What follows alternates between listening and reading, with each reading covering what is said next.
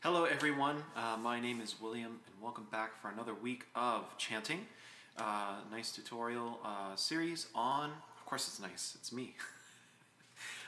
Nice tutorial series on the chants for the extraordinary form of the Mass. This week we're doing the 15th Sunday after Pentecost.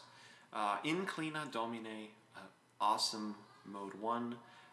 This mode 1 Introit will give you a lot of foundation to do the other mode 1 Introits that you can kind of come across, because he uses a lot of similar gestures. So before I get too ahead of myself, let's get right into it. Alright, before we start, make sure you hit that subscribe button and hit the bell icon. And yeah, it's really important to me, and because it lets me know that people want to follow this and want to continue seeing content up there. Last week I kind of said, could we get to 100 subscribers by Labor Day? It is like a week before Labor Day and I already blasted past 140 subscribers. So thank you everyone. John made it live. Welcome John. Thank you very much. And we're going to get into this. So as I said, typical Inclina Domine mode 1. Not typical Inclina Domine, but mode 1 Introit. So let's look at this one. I have it open here on my web browser for on the GABC Chant Tools website. You just type that in the browser headline and get that. And this is amazing. So we're going to do this this Introit, and you'll find out why when we sing it. So we're going to use it at pitch, and remember, for those of you just joining us, at pitch means Do equals C. That just means the white keys equal the Do, Re, Mi, Fa, Sol, La, Ti, Do on the keyboard. You can hear my kids in the background. They only want me when I'm doing something that I can't help them with. Yep, that's the benefit of being live. So, alright, let's get into it. So we'll start this off on a C and a D. And like I do in every video, we're going to start singing it, and as I think of things to point out, I'll go over them and we'll continue on through it. And then at the very end, we'll sing the whole thing all the way through so you have something to practice with, and then we'll call it an Introit. Inclina. That is such a beautiful mode 1 gesture. You see it over and over and over. My son keeps yelling my name. It's what I like to do for these, and I learned this from one of my teachers in Toronto when I was studying at their seminary there, is on the vertical epizema on the top of the fifth. Holding that out gives a lot of kind of character, and it just allows the echo. If you're in a really echoey church, it allows you to hear that fifth through the echo. It's super cool when you do that. Oh, I might have the echo on. I hope I don't. Oh well. If I do, you can hear it. So, Inclina, da, da, da, just holding that out a little bit. Choir comes in. Domine,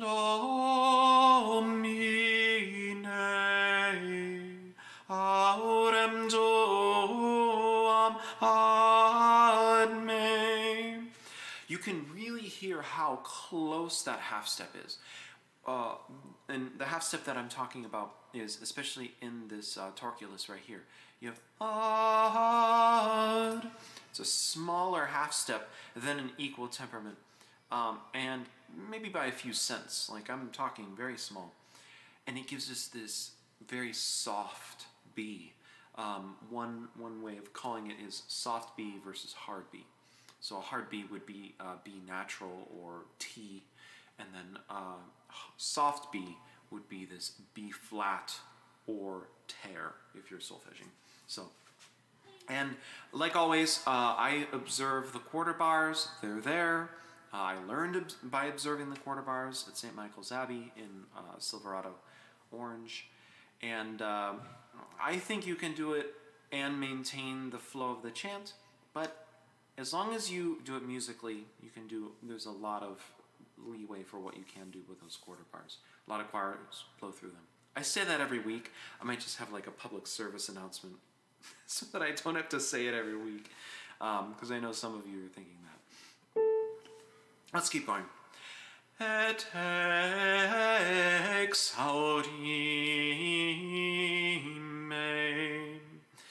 This phrase here is kind of the opposite, in my mind, the opposite of the entrance. So the intonation, the incipit, Inclina, you have the fifth up. And then we stay up on that la. And then at the very end, et exaudi, you have the descending from the la to the re, your final. So this is kind of bracketing that whole phrase. It's a beautiful phrase in chant. Unless you're kind of seeing it or you've sung it a lot, you may not pick these up. I try to point them out as I think of them and kind of hear them. But that means that audime, ex audime, is kind of boom boom, and it echoes and it's resonant. Instead of et ex audime, some choirs would do that. I like kind of gonging the final. Et ex audime. Kind of have that gong sound to it, where the bottom is emphasized a little bit more. There's a little more kind of meat to those bottom notes, and then it kind of gives a really resonant sound down there. Let's keep going. Salvum fac servum tuum.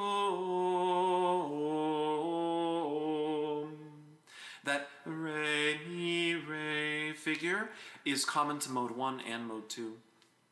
Make sure they're real slow and sweet. If I were to really get into it, the tuning's a little brighter than equal temper than a piano, but tom, raise your eyebrows if you want to, on the mi, to get the feeling of it.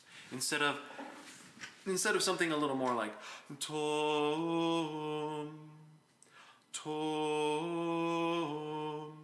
There's a slight difference there. And it's slight in my intention. It may not come across over a live stream on YouTube, because I don't know.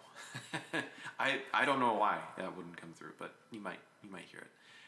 One of these days we'll go kind of really in depth into that, and I'll show you what I mean by this tuning, this kind of vocal tuning that's different when you're singing a cappella from singing with a piano. But for now, just trust me. If you want to get into it, there's a great book. I will drop a link to that after the video, in the comments or in the description of the video, to a book by William Matthew. I've never said that name out loud. And he writes a book called Harmonic Experience, which talks about experiencing harmony in equal tempered systems, etc., etc., etc. Has nothing to do with this introit. We're just going to keep going. Here we go. Deus. Deus meus speram. Notice the change there. We had a ter before the quarter bar and a T after the quarter bar. That interplay, super fun in mode 1. I love that sound, the change. The mode doesn't change, but that T-ter kind of magic scale where you can flip them back and forth. So cool. Let's hear it again. Deus meus sperantem in te.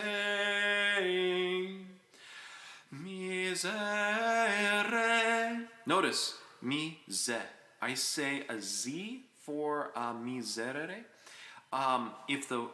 If the S is in the middle of a word, I tend to use a Z sound to make it softer and less punchy and kind of over the microphone system, because S just carries over a microphone. So I soften it with a Z sound, a zeta sound. But notice at the end of a word, I don't say deus or meus. Or at the beginning of a word, I don't say sperantem, I say sperantem. So at the end or beginning of a word, in the middle of a word, miserere. And that's pretty universal. I'm sure that as I'm singing this, you'll hear an exception. Point that in the comments. Go down in the comments. Point it out. Hey, you didn't do that in this word. I want to know what the exceptions are too. And I might not remember to mention them. So go ahead, mention that in the comments. Yeah, so thank you. And let's see. Let's keep going on this. So we have the miserere mihi. We'll start at the beginning of the bar. Miserere mihi Domine. That turn of phrase can be a little tricky, so let's look at it.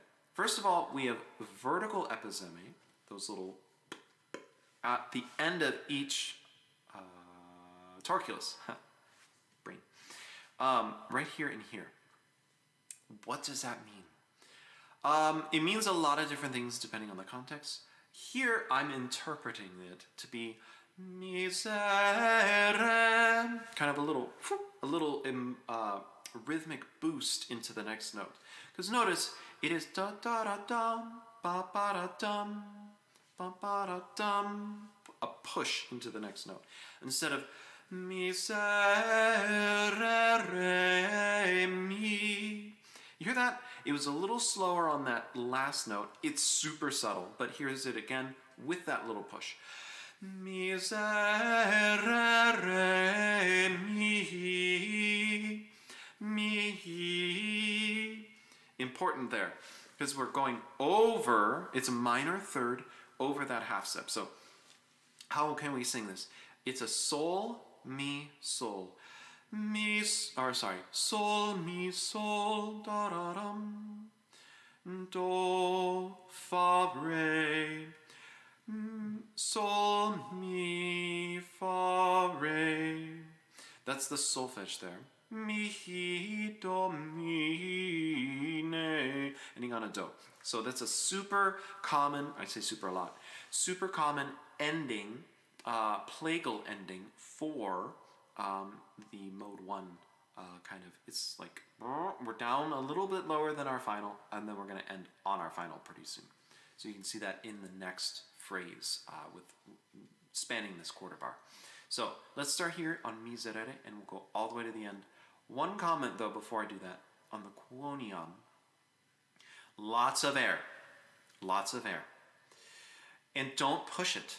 So quoniam, if you push it, it just becomes ugly and flat. Basses, this is where you would start to sing kind of more in your chest voice, more resonantly.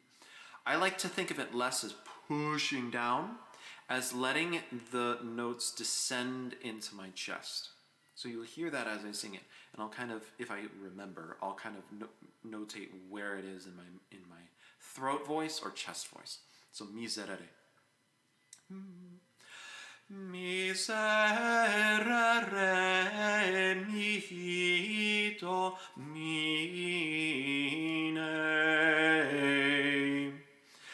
quoniam acclamavi totatie.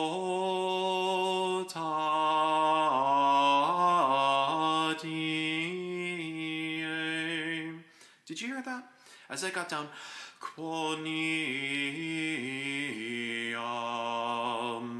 I can feel it resonating here in my chest. And you can do that as you're kind of singing. You can feel the resonance here, like with your normal talking voice. Quoniam. And the way that happens especially is by relaxing. When you yawn, you go through all of, if you do a really good yawn, you go through all of your voices. You can start at the top, head voice. Throat voice. That sound, that's your chest voice. That'll go all through it. Some choir directors do that as an intro, like preparation for their singing. I tend not to, just because we're in church when we rehearse. But for sure, on your way to the parish, in the car, do that. Just to be, and a lot of these warm-ups, one of the things that a lot of the time gets overlooked is the awareness it should bring to your vocal instrument, your actual voice, how it feels through that.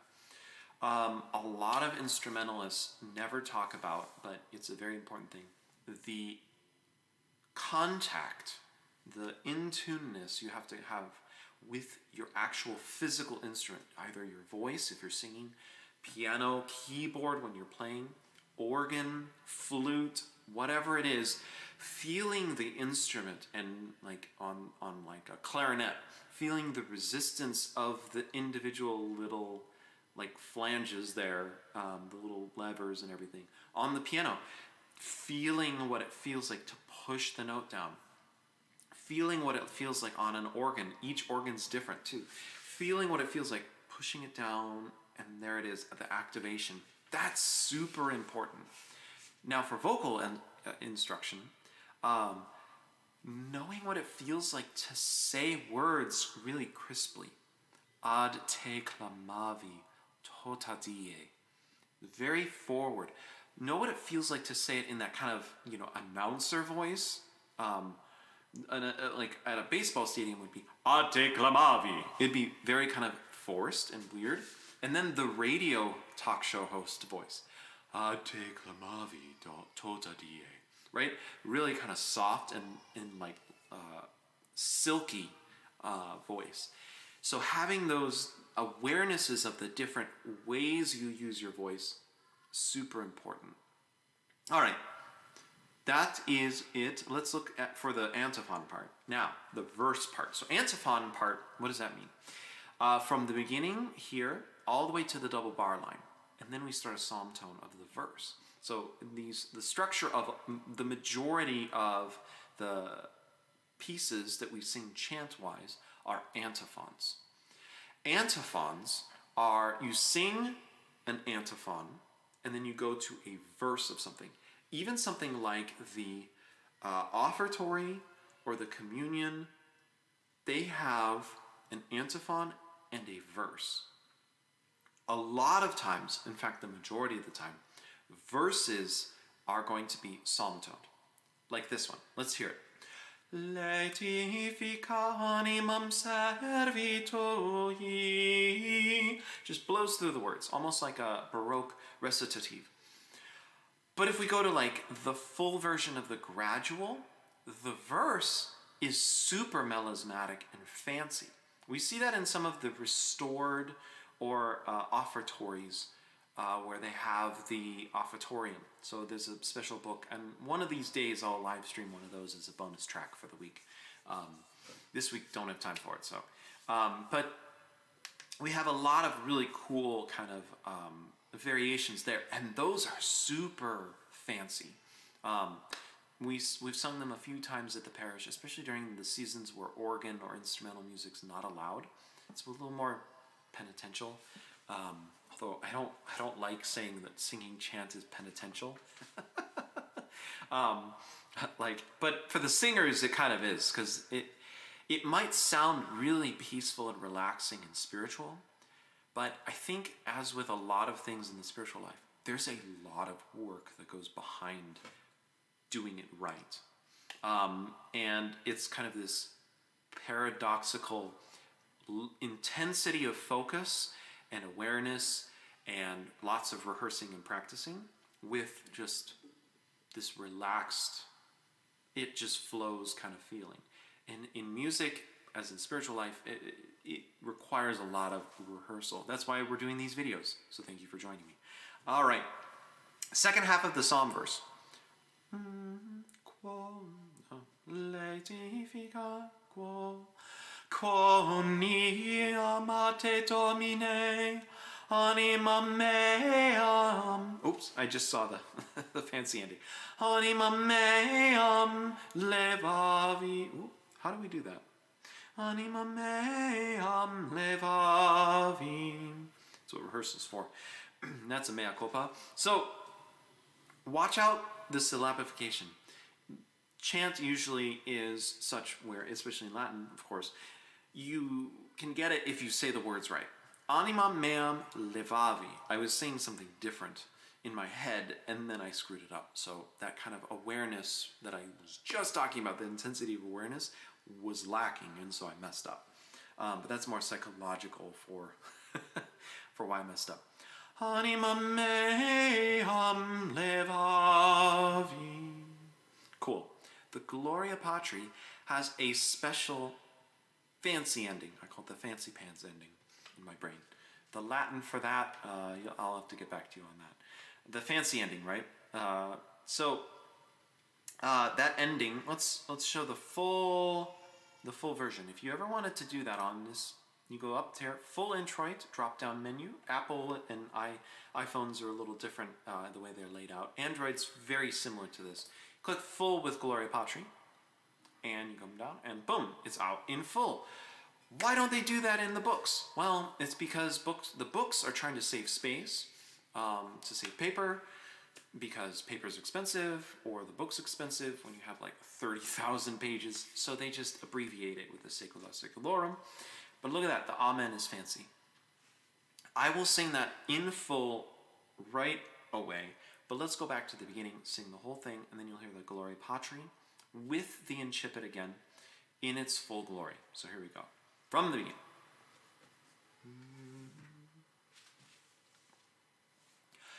Inclina,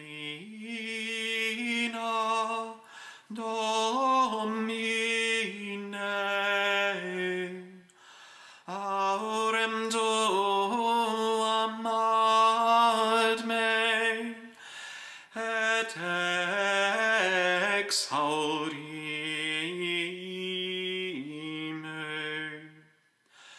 Salvum fac servum tuum,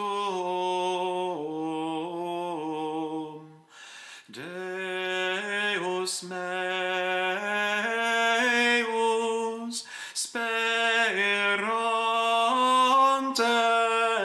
in te. Miserere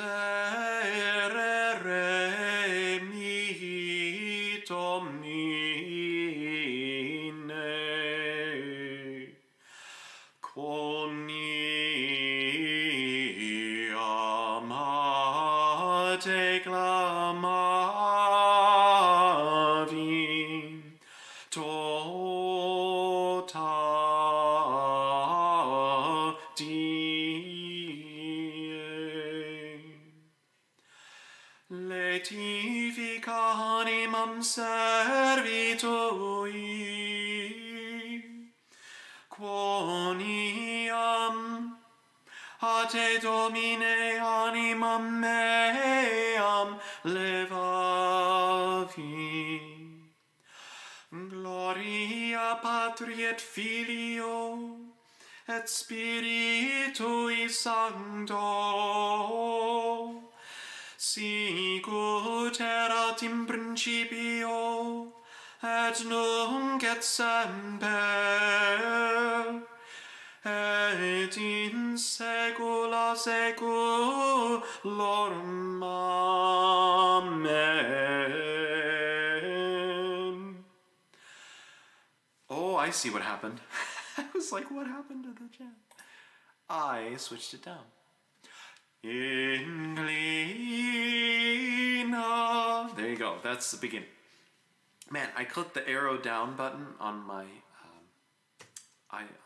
keyboard, and then it switched psalm tone, and I was like, what happened?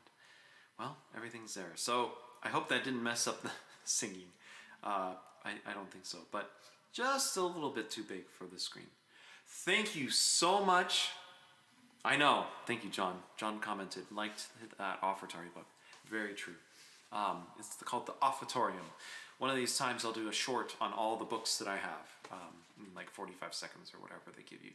Anyway, that was an Introit. Thank you so much for joining me.